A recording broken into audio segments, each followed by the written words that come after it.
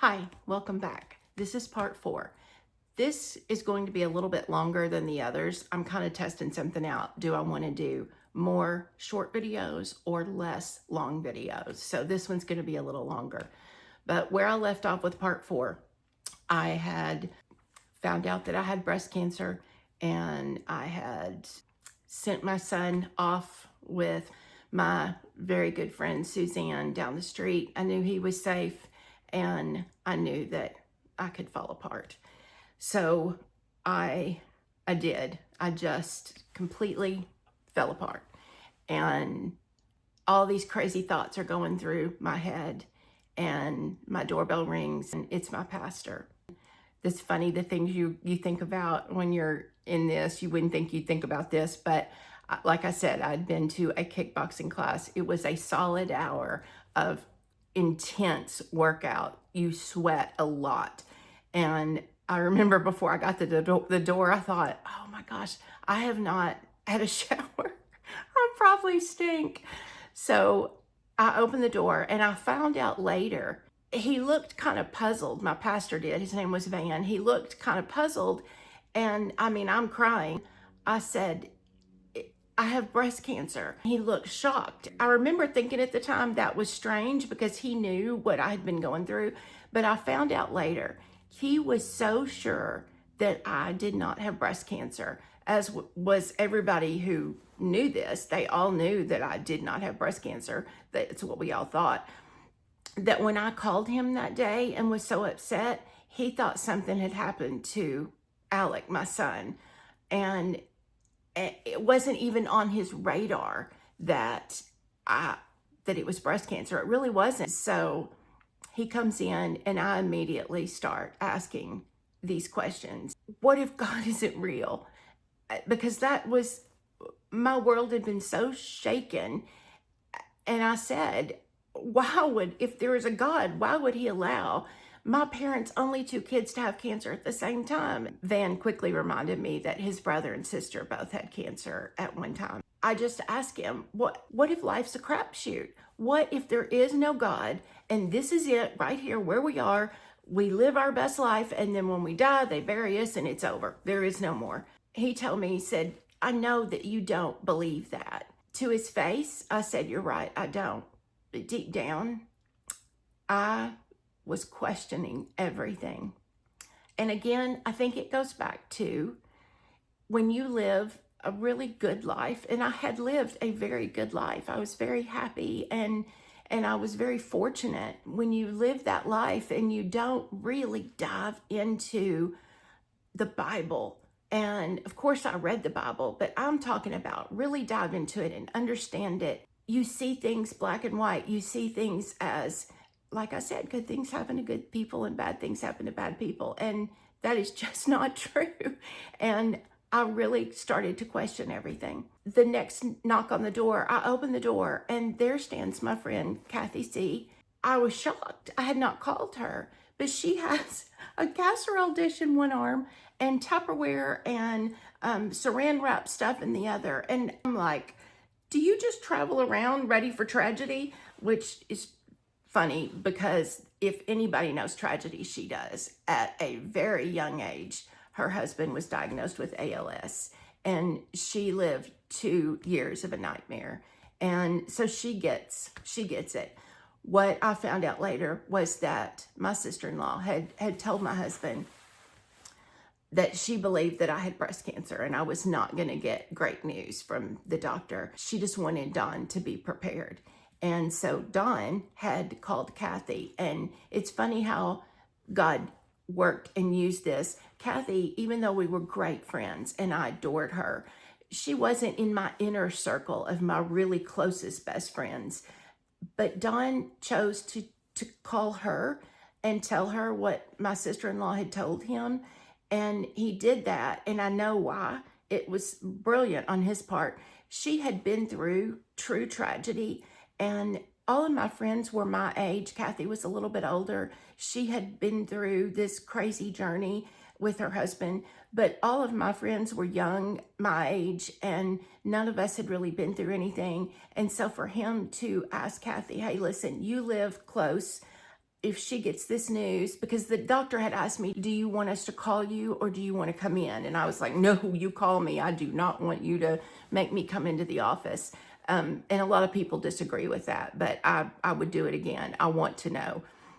But Don wanted somebody at the house very quickly if I found out, because he had to drive a pretty good ways from his job to get home. And he called Kathy and they talked and had kind of it worked out. So immediately when I called him, he had called her.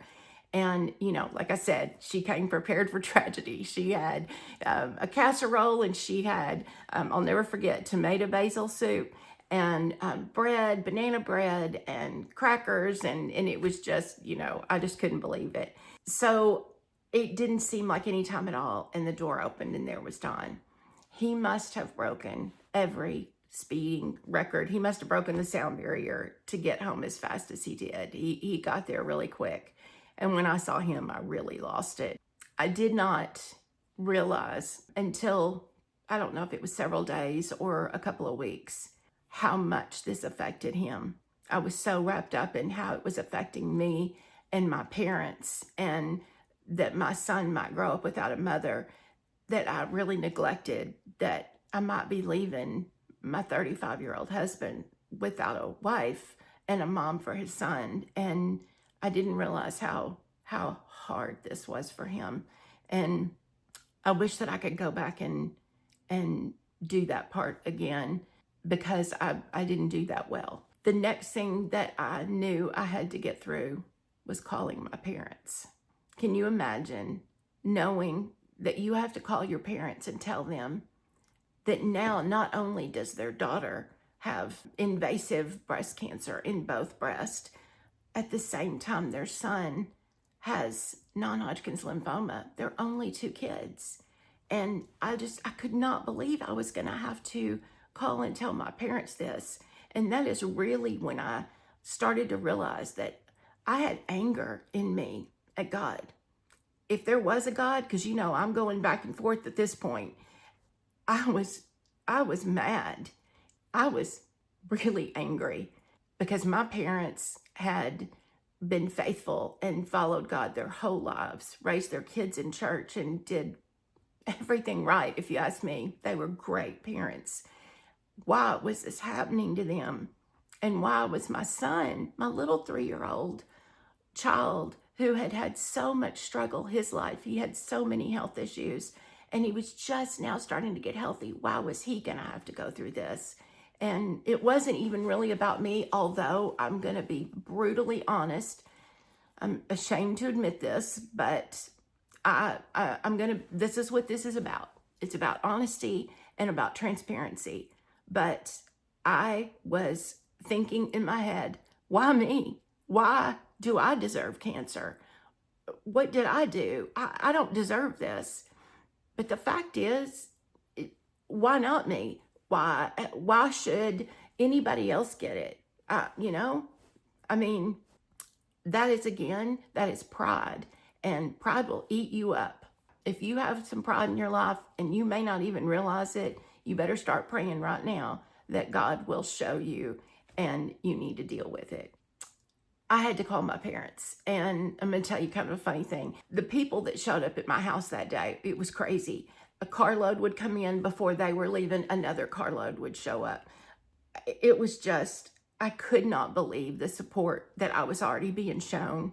And again, that was God's grace, God's mercy, God providing that for me. I did not see it at the time, but there were so many people that showed up. But there were 2 ladies that I was pretty close to that could not be there that day.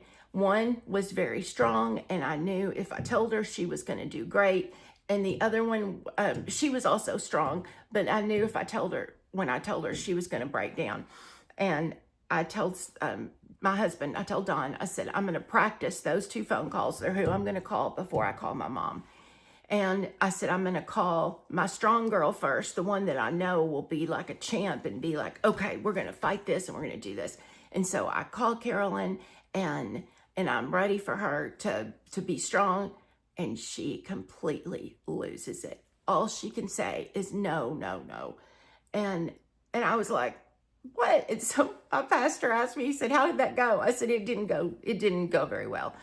So then I called Jackie, the other one who I thought would be the one that broke down. She was like a rock star. She was like, okay, what is our next plan? What are we going to do? We're going to fight this. You're going to be fine. God's got this. You're going to.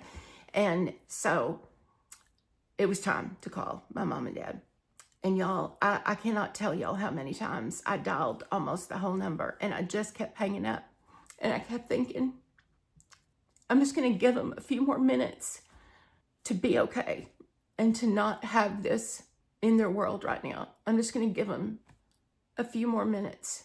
And I would dial the number, not all of them. I would dial, 8 digits, and I would hang up. Because you don't want to hurt people. So the call went through. And I remember thinking, please, please, just let me get through this without crying. And unlike what I am right now. And so my mom answered the phone, and I said, hey, what are you doing? And she said, I am cleaning out the attic. I've got your brother's Star Wars toys. I'm bringing those down. And she said, what are you doing? And I said, not much. And then there was just dead silence. And she said, Tracy, have you heard something? And I said, yes, Mother. And she said, what? And just the sound of her voice. And I said, I have breast cancer in both breasts. And the sound she made, if you're a parent, you get that. My dad took the phone. My mother couldn't even talk. I could just hear her saying, no, no, no. And Daddy took the phone, and I remember saying, I'm sorry. I said, are you okay?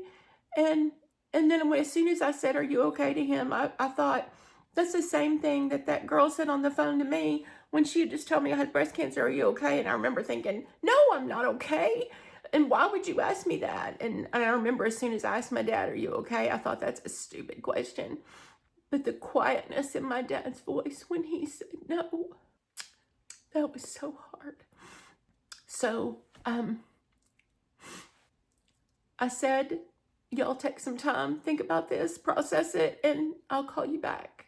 And we hung up, and I went to sit on the couch with some friends, another group of friends that had shown up, and the denial that I had was so real. I just kept thinking, they've made a mistake. They've made a mistake. This just cannot be. And why it was so hard for me to grasp this. I'm pretty tough, and I can handle things, but it was really hard for me to get. I truly believed I did not have breast cancer. So when they told me I did, I think the shock of it was just too much. And I'm sitting on the couch. There's 4 of us squeezed on this couch that's only meant for 3. And my phone rings. And when I look down, it's the breast center. And y'all, the first thing that went through my mind was, I knew it. They made a mistake. They're calling me back to tell me that they made a mistake. I don't have breast cancer. And I felt my heart like jump. And I said, hello. And it was that same poor girl, Trish. And I can't remember if her name was Tish or Trish. I can't remember. But she said, Miss Mater, she said, I would rather do anything than tell you this. And I thought, how much worse can it get? And she said, is your husband there? And I remember, I thought, what is it with this woman wanting to talk to my husband? Just tell me. I said, he is, but just what? What is it? And she said, the pathologist just could not believe that the other tumors were invasive, but the one that was the largest one that started this whole thing was not invasive. And so he went back and he did some deeper cuts or more cuts or whatever they do. And she said that one is also invasive. And it kind of explained why, when Mark had done the biopsy earlier, that he got no cancer from what he pulled. The cancer was kind of deep in the tumor. And she said, so both sides are invasive. And I said, okay, thanks. And I hung up. I just, it just got worse. Something my friend Kathy said to me that day is, I promise you, it will never get harder than today. And she was right. Everything that hit us later, because we had a lot that hit us, it never got harder than that first day. That first day was rough. And so I knew what I was looking at. I needed to get appointments with doctors. I knew I was going to have scans. I knew that we were going to have to probably talk to a surgeon, and were we going to do chemotherapy or radiation? And then you start thinking, I have a 3-year-old. My husband has a crazy demanding job and he works a lot, and I have no family down here. How am I going to do this? What am I going to do? How am I going to, there are just all these things that you think about. And I was going to find out really quick that whether I wanted to admit it or not, God was fixing to step in and show me how I was going to do it. Like I said, this video is a little longer. I was going to do a couple of videos that were longer, and then I had already done some shorter videos. And if you guys would let me know, would you rather see more short videos, or do you like the longer ones? The short ones will be about 10 minutes. The longer ones will be about 20 minutes. And then if you like, I can even do them 30 minutes, because there's a big story to tell. I have a lot to say, and I'm a talker. So that's part 4. And then part 5, you can look up and find on my channel, 4-time Cancer Warrior. Thanks so much for watching, and make good choices in your life.